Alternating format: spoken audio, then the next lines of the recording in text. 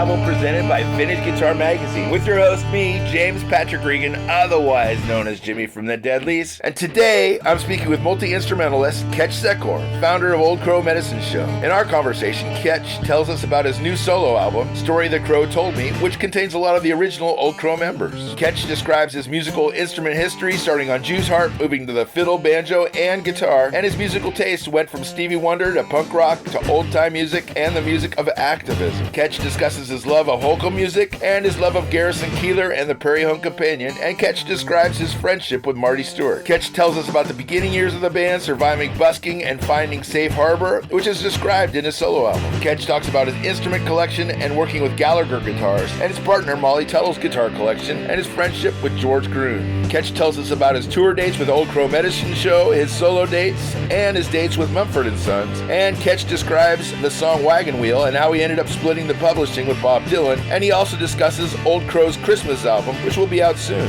Finally, Ketch tells us about the importance of the public broadcast system, otherwise known as PBS. To find out more about Ketch and find out about his solo album and tour dates, you can go to his website, ketchsecor.com. That's KetchSecor.com. Please subscribe, like, comment, share, and most of all, review this podcast. I'd really appreciate it. And please support Vintage Guitar Magazine and all the wonderful things they do for us guitar players, because they do so many wonderful things for us guitar players. Here's my buddy Ketch. Hey there, Ketch. Hey, man. It's nice to meet you. Well, thanks. Thanks for having me on. I'm glad to meet you, too. Yeah, absolutely. Guess I should start with why a solo album, especially when it includes like so many of your Old Crow cronies. Well, I guess I was thinking what I knew best. You know, they say you're supposed to write about what you know. Sure. I guess I didn't feel like I could write about Old Crow and be an Old Crow, so I just stepped slightly adjacent and started scribbling. Yeah. And it's basically an autobiography, the album? Yeah, I think so. Yeah, I think it's just kind of there to tell the story of one man's attempt to try and turn back the clock and come to Nashville, Tennessee with a fiddle instead of a electric guitar and a degree at a local Christian college. Uh-huh. Yeah. And what was the fiddle your first instrument, or what was your first instrument? The Jew's harp. Gwung, gwung, gwung, gwung, gwung. You don't have one with you? Yeah, I play it every night. Do you want to see it? No, that's okay. I was only kidding. So when did you switch to stringed instruments? Well, that was about age 10. Then I got around 12. I got one of these. All right. That's hilarious. You know what? Did you just play it? Because I couldn't hear a thing. Oh, there it is, barely.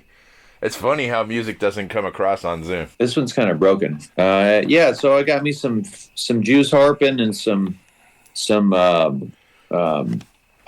harmonica playing, and then I got me a penny whistle. Mm-hmm. Remember those kits that you could get from the Clark Penny Whistle Company? Oh, they were so great. I don't remember the Clark Penny Whistle Company, but I do remember penny whistles quite well. Yeah. Well, you know, I lived in a small town in the Shenandoah Valley of Virginia, and the music store was my favorite place to go into. And I sure hemmed and hawed about buying an acoustic guitar. Yeah. And then I got me an electric one at about age 13. What kind of guitar? I believe it was of the Rockwood by Honer variety. Okay. Maybe you've heard of this, because I don't compromise my style. Yes, as he throws the horns, the mighty horns.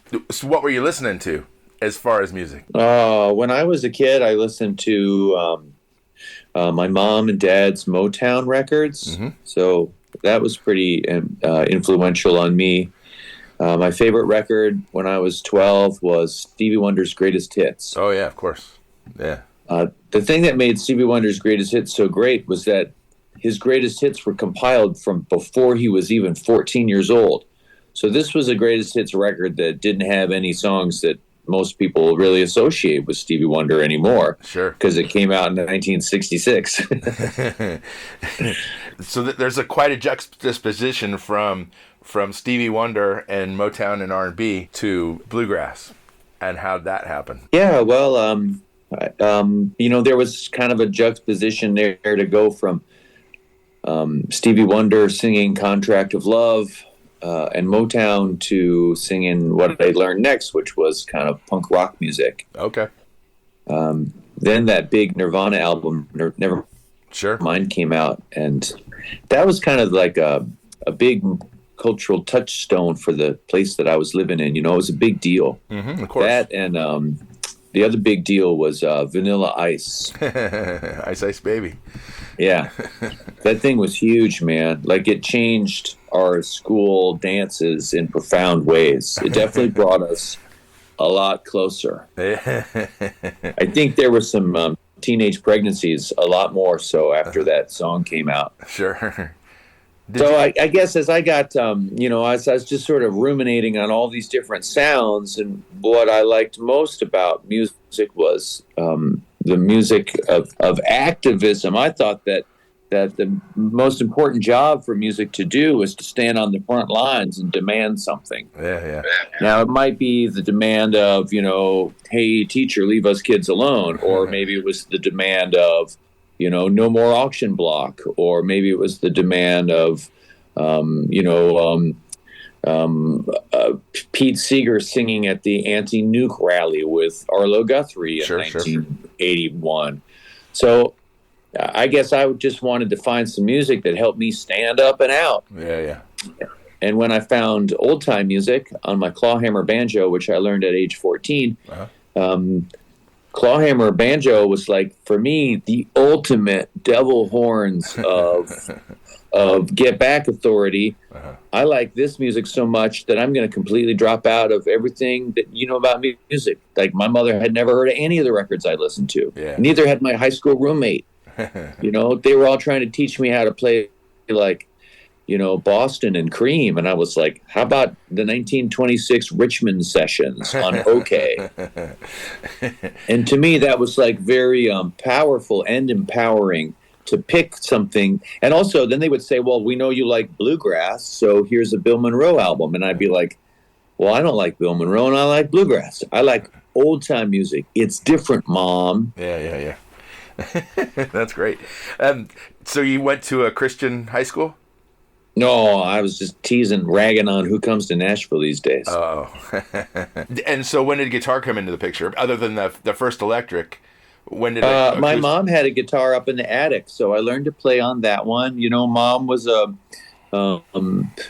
a student of and devotee of the 1960s folk revival, particularly in the more accessible variations that it came in.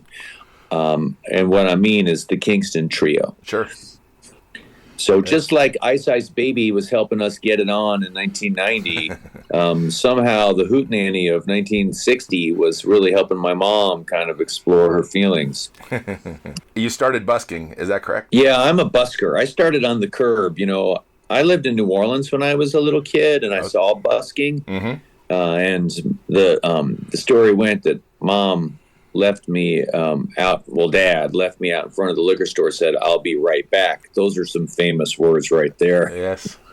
That's a style of parenting that I try not to do myself, but I know the feeling, Dad. I'm sure it was really hot that day, and those ice cold Dixie beers were calling your name, and you're like, oh, come on, this neighborhood's safe-ish.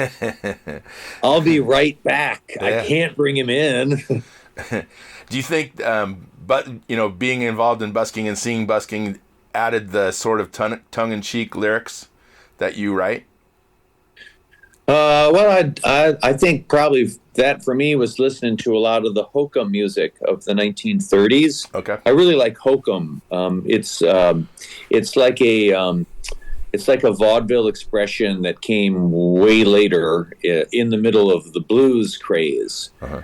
It's like the blues cats realized, well, if they weren't so good at singing, more orchestrated, full, Fletcher Henderson kind of blues music. Yeah. But they also weren't, like Charlie Patton. They weren't great guitarists. Yeah. Then maybe they would tell stories and jokes with their music. Sure. And I feel like Hokum, which is both white and black, in the 30s. It's a really ubiquitous kind of sound, and it's utilized by all strata. I think Hokum is sort of a relatively unexplored route of rock and roll, has a powerful effect in the 1930s in setting a tone for things to come. So I always sort of gravitated towards it. My favorite artists who made Hokum music are Henry Witter and G.B. Grayson, so the duo called Grayson and Witter, which was an act in the 1920s. They were mill workers. They were a duo with a blind fiddle player and a real urban sort of rube type of guitar player, vocalist. And if it hadn't been for Witter and Grayson, they probably wouldn't have had a Bristol recording session. Or then you take it over to the West, which then was like Mississippi, and listen to, the Memphis Jug Band playing, or Bo Carter and Lonnie Chapman singing songs like Please Let Me Warm Up Your Wiener. The ways that we could talk about sexuality, and that's really one of the ways that I think that rock and roll has a direct correlation to this Hokum, because you could talk about cocaine and you could sell it. You could sell these songs to farmers. Were you listening to Prairie Home Companion before you actually performed on Prairie Home Companion?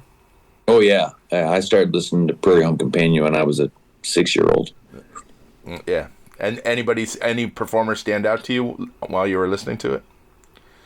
You mean of the musical variety? Yeah, they didn't quite have so many special guests. It was a little less of a special guest show when I first got hip to it. So I, really who I was into was Garrison. I just listened to Garrison. Yeah. Yeah. In fact, as a kid, I figured that everybody else on the show was Garrison too. I thought it was a one-man act. And how'd you get on the show? Did they reach out to you? Yeah.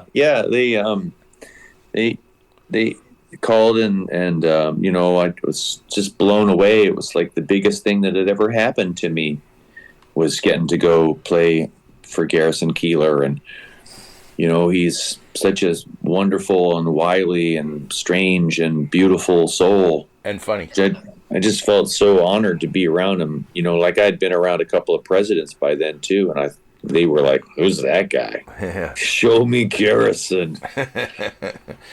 Speaking of presidents, how did you meet Marty Stuart? Oh, well, Marty is a great pal who makes a wonderful addition to this new record, Story the Crow Told Me. And Marty was somebody who I always, had a worshipful feeling towards through the television screen and the radio. Yeah. In the 1990s when I was a kid, a teenager. But then by about 1999, our paths crossed, and in the most natural way, at a fiddlers convention where he was the judge and Old Crow was the contestant, and we lost, and yet we won big time. Yeah. Because Marty took us in. Right on. Did he have a hand in you getting you guys on a label or anything like that, or were you already signed? Marty put us on the Grand Ole Opry. Okay. That's what Marty did. Yeah. And put you in the eyes of everybody. Was the Opry at the Ryman still, or was it in Opryland? Well, the Opry moved to Opryland in 1974, so it was way after that. Yeah, it was way after. It happened so that that when Marty did bring us on stage, it was during the winter months, so our debut was at the Ryman, which was pretty special. Yeah, it definitely felt like a time capsule, like a portal to 1947. It was a crazy feeling of making our debut there, and just how silly and vaudevillian we were, and string bandy. Yeah. And to make that debut and have it be so well received in that space, it just felt like a portal to the infancy of country music. Sure. Oh yeah, of course. And up to that point, had you guys just been busking or playing gigs? What was Old Crow doing up to that point? Well, now we're up to about 2001. So this is sort of like the meat of this record that I made. Mm-hmm. We started in Ithaca, of all places, because me and a couple of the boys from the South had moved up there to follow the girls that we thought we loved, and only to find that we were going to build a band and then leave promptly and go back to the South where it felt like.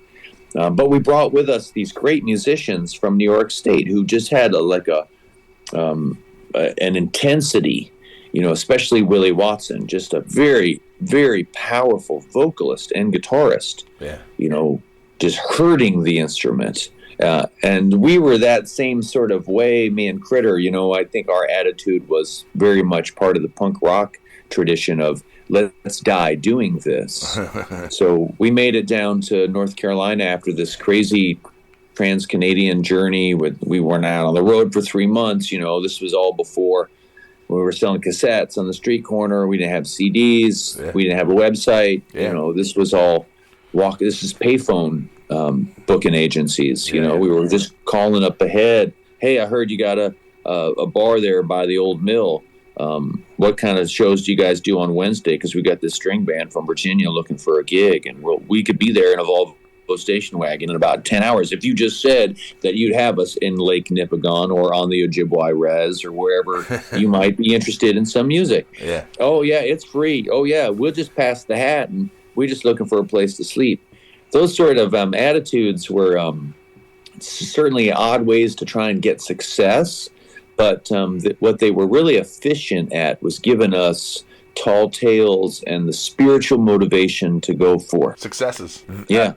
To me, they were huge successes because they felt like a kind of survivalist success. Like getting a new store or cache of wood. In a blizzard.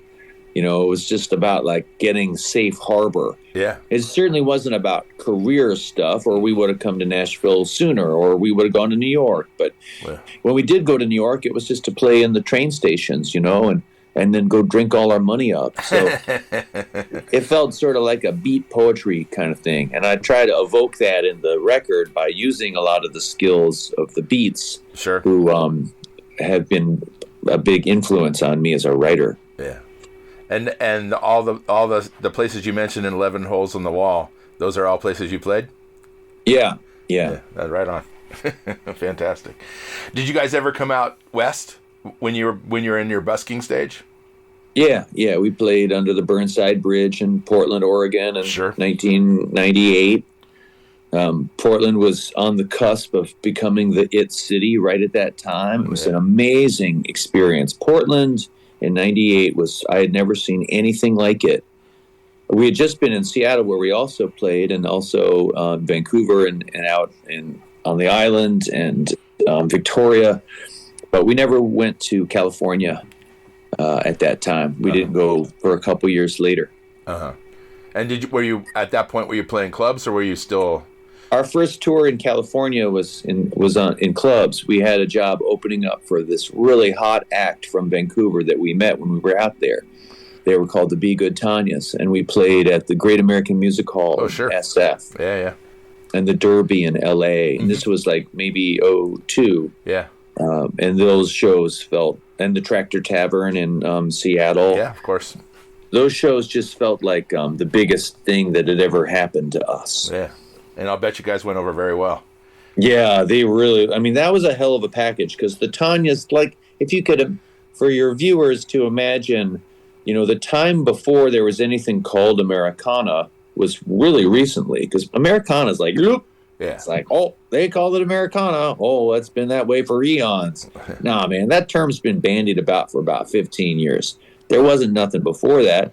There was alt country, but nobody wanted to say that they were that unless they were in the old 97s or they were a rock act. Yeah. Alt country had a heavy foot on the alt. How'd you get hooked up with Cadillac 3? I never really knew those guys too good, but Jaron, who's the guy that does a lot of the work for that act, reached out to me about playing on his record a couple of years ago. I remember when they broke. He's a real East Nashville guy. I went to Stratford High, talk about seeing some changes. He spent his whole life in Nashville, Tennessee, and it's, the feeling that I had of Portland, Oregon in 1998. Nashville is the same story. It's oh my God, what happened here? So Jaron really witnessed that, and I brought him in the last minute to help me just get a little bit more, fuzz on one of the tracks on the album. Sure. And let me ask you this: so, do you have a guitar collection, and what does it look like? Well, I live with Molly Tuttle, so I don't have a guitar collection because it's like, what's the point? Yeah. What do you have a guitar? Yeah. I mean, I have a lot of guitars. I never was a good guitar player, but that never stopped me. Sure. But yeah, I think being so close with Molly means that there's just so many guitars that I don't really buy them anymore because right now I'm working with my friends at Gallagher who make the Doc Watson model guitars. Sure. So yeah. Gallagher was always Doc Watson's guitar, and in the album I go into a lot of detail about meeting Doc Watson. It was before I met Marty Stuart. Meeting Doc was the biggest thing that had happened to me, and so I really was excited when I learned that his guitar was being now made by a new owner in Middle Tennessee. Mm-hmm. So I'm a big fan of the Gallaghers. Right on. That's fantastic. And what about do you have a mandolin? Yeah. I got a bunch of mandolins. I mean, I sort of have a string band of a collection of string band instruments. Yeah. I really tend towards I really like hybrid instruments. Those are probably my favorites. Hybrid in what sense? In that it's hybridized between two instruments, so like a gitjo, oh sure, or a banjo ukulele, or so my favorite mandolin is a resophonic mandolin. Yeah, of course. I like a steel-bodied mandolin. Yeah. They sound like Oscar the Grouch on mandolin. Do you prefer old instruments or do you prefer new versions of old instruments? No, I really like the old beat up ones. Mm-hmm. I love the stories. I love the feeling of having an instrument that's as old as the song I'm playing, or And you mentioned that you're not looking for new guitars or anything like that, but do you go to Carter's or Groon's or any of those places? Rumble Seat? Yeah, I love George. George is kind of a spirit animal for a lot of us on the Opry, and I mean that in the kindest words, but definitely on the animal side. George is a wild man, and his, you get him going, and there's always a difference, I think, between people who would know the serial number of a 30s Martin by heart, and then the rest of us. And a lot of us, I think, in the guitar world would like to have that understanding of the differences in pick guards. What are these tuners? And I think being around Molly, I feel more aware of the idiosyncrasies of people who love guitars. Yeah. But I always loved the banjos of the 20s and teens and turn of the century. So I always was interested in brackets and heads. Right on. I see the tour dates that are listed for Old Crow. Are you going to do your own solo tour dates to support the album? Yeah, I'm in like 3 bands right now. It's been kind of crazy. So like right now I'm here in Greenville, South Carolina. Old Crow is playing at the Peace Center. Yeah. It's a place that I last played with John Prine. Wow. Just a wonderful place. John always had those big jumbo Gibson guitars, as I recall. Yep. J200. And he'd always just look like it was the same size as his, barrel chest. Yeah. And after he had his surgery, which was the time I knew him, his chest came out more, and so it was like the guitar was like this extension of his body in a very interesting way.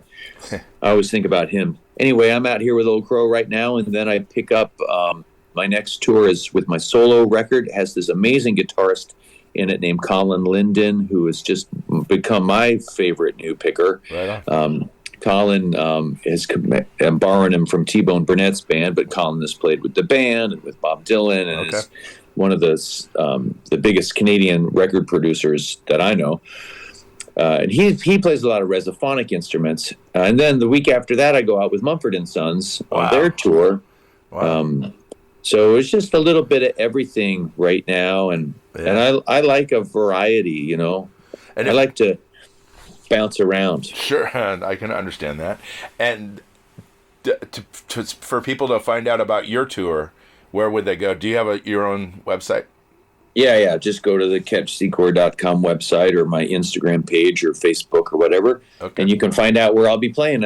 It's a pretty limited tour in July. It kicks off in Chicago at Garcia's. Mm-hmm. Probably one of my favorite guitar players, Mr. Garcia. Okay. And I did have the privilege of seeing the Grateful Dead as a kid, and where at? I saw him at Giant Stadium in 1994, right towards the end. Yeah. With Bob Dylan opening. How was he playing? Oh, it was so great. Okay, good. It was so amazing. I grew up in San Francisco. I saw him, and I'm much older than you, but I saw him when he was when American Beauty came out. My cousins took me to see him. Yes, and then I ended up working for them as a stagehand when they're in their big elaborate shows in the Bay Area. Oh yeah, yeah, cool. It was cool. Yeah, what a gig! Got dosed with acid a few times, and it's great. Is Old Crow gonna put out a new record here pretty soon? Yeah, we're about to announce our next record. It comes out in November, and it's a Christmas album. Oh, right on. We're going out on a Christmas tour, and I'm really excited about it. I wrote all the songs. It was really fun to write Christmas music. I didn't really give it that much thought before, and yet it all came out real quick. And there's when you hear it, you'll notice there's a lot of homage to different types of voices out there. I really like that songwriter Jimmy Webb. Oh yeah, of course. He's one of my favorite. Yeah. And I feel like his type of sort of suspended, disembodied poetry, it's like he's looking at the world through the filmy glass of a phone booth. Everything is like contorted and swirls. I love that kind of kaleidoscopic way of, when you write songs, you get to choose your approach and your vantage point for the characters that you're going to breathe life into. Right. So it's really fun getting to do that with Christmas. Christmas is like the fifth Beatle. It really knits together a lot of things that you wouldn't normally be able to put together. Yeah, exactly. And I look forward to it, especially with your sense of humor. Yeah, I had a lot of fun razzing them too. Good. I'm glad to hear that. Let me ask you this, and we've probably discussed it a million times, but the "Rock Me Baby" song with Bob Dylan. Had you met Bob Dylan at that point? No, never met the guy. We just got the song. Oh wow, right on. So was it like a whole bunch of lawyers when you guys decided to do the publishing deal with that with you for Wagon Wheel? For Wagon Wheel, yeah. I think maybe on his side it might have been some lawyers. For us, I mean, we were scrappy, so it was just like a manager who had a real heart and passion for all this, and who could see that there was something that could happen if we could get this song figured out and annotated properly. And he did it. He pushed it through. Right on. And then it was only the big surprise came afterwards when they said, okay, Bob agrees that it's going to be 50-50 and we'll call it Secor Dylan, but he wants you to know, Ketch, that he didn't write the song. He says he got it from Arthur Crudup. Oh, wow. And Big Boy Crudup, who wrote That's All Right Mama for Elvis, and also had a song called Rock Me Mama, clearly inspired Bob to write this song. But then what was also fabulous was learning that Arthur Crudup said, oh, I didn't write that song. I learned that one from Big Bill Brunsey in Chicago in 1928. So if you believe the story, then it took about 100 years to get to where it is. And it's been a powerful tune. Yeah, absolutely. Yes. And so let me ask you this. What do you do outside of music for fun? Well, I have kids, and so I run after children, and I do I'm a real activist. I read my children's book to 30,000 kindergartners in 11 states. Wow. I got a puppet show out right now. My puppet show is all across Nashville, Tennessee. It's played in every school. Oh, right on. And I'm the new host of a PBS TV show called Tennessee Crossroads. Oh, cool. That if they manage to survive the latest assaults to public media, we might still be able to take these cameras into, bake shops and bait shops and boat shops and things that don't start with a B, all across the state of Tennessee, where we have a very bipartisan program. Sure. Gathering up reasons why visiting Tennessee is something everybody ought to do. Yeah. Oh, yeah. And not to get too political, but what are your thoughts about public television? Like, do you think that perhaps it would be better if it moved to a medium like YouTube or something like that? No, definitely not. Okay. No, it belongs on the low end of the dial. I mean, yeah. PBS is a lifeline for a lot of communities across the United States. And then the whole argument about PBS's bias, I have a lot of people I can argue about this with because I live in Tennessee. Sure. But I'm always, my little policing ears are always alert to media bias. Yeah. And I feel that the PBS News, I grew up watching that with my grandfather, McNeil Lehrer Hour. Sure. So I thought it was Republican. Yeah. Yeah, I agree. The only thing, as people start streaming more and more, if you choose to get PBS, you're going to have to pay the monthly fee. And so a lot of people don't choose to do that. Yeah, but there are other things that it provides, it's a big economy, from people that do what you do, like behind the microphone at local affiliates in San Francisco and across the Bay Area, which must have at least 4 or 5 different independent radio stations that are providing the news for people. Oh, yes. I think that, local affiliates and the way that, I guess my thinking here is that just like the CBC and the BBC are where you go when you're in Canada or Britain to experience the cultural offerings on television that you think are elevated. Yeah. Like if you want to go watch, Jersey Shore or something, they got a channel for that. Sure. Or if you want to watch The Real Housewives of Orange County. But where do you go to watch the kinds of programming that are on PBS, if not PBS? Yeah. And I'm an old lefty, I guess, so I feel like if any business that the government ought to be in, a government of the people, by the people, should be programming for the people. Yeah. And that's what the P in PBS stands for to me, is the people. Sure. Yeah, I agree. Well, a lot of good that'll do. What do you mean? No, it's great. It turns out there's a lot of powers that be that think the P stands for something else, and I don't know what they think it stands for. But it certainly doesn't stand for other people. And it just seems like with the news that came out just today of the discreditation of PBS, it's a real gut punch. But I think we're living in an era of a lot of gut punches. Yes. And the best that we can do is to just squeeze in those abdominal walls tight, get in a good protective stance. and pretty soon this is going to be over, and we're going to hopefully get back to the building of a nation that is for the people, by the people. Yep. In which, the right always has a voice. Right on, right? Get you a voice. But give everyone a voice. Everyone deserves a voice. Absolutely. Every child in growing up looking at that beautiful bay ought to be able to swim in it clean. Yeah, oh yeah. I agree. 100%. Well, thank you, Ketch. It's been wonderful speaking with you. Thanks. It's been a pleasure. Thank you. No, I can't believe that we didn't lead with, hi, this is Ketch and a past Grateful Dead roadie. We could have done a whole show on that. So please have me back. Oh, I'll definitely. When that Christmas album comes out, I want to talk to you about it. Great. I would love to talk with you about it. Okay, and cool. then I could ask you a couple questions. Oh, you can ask me questions anytime.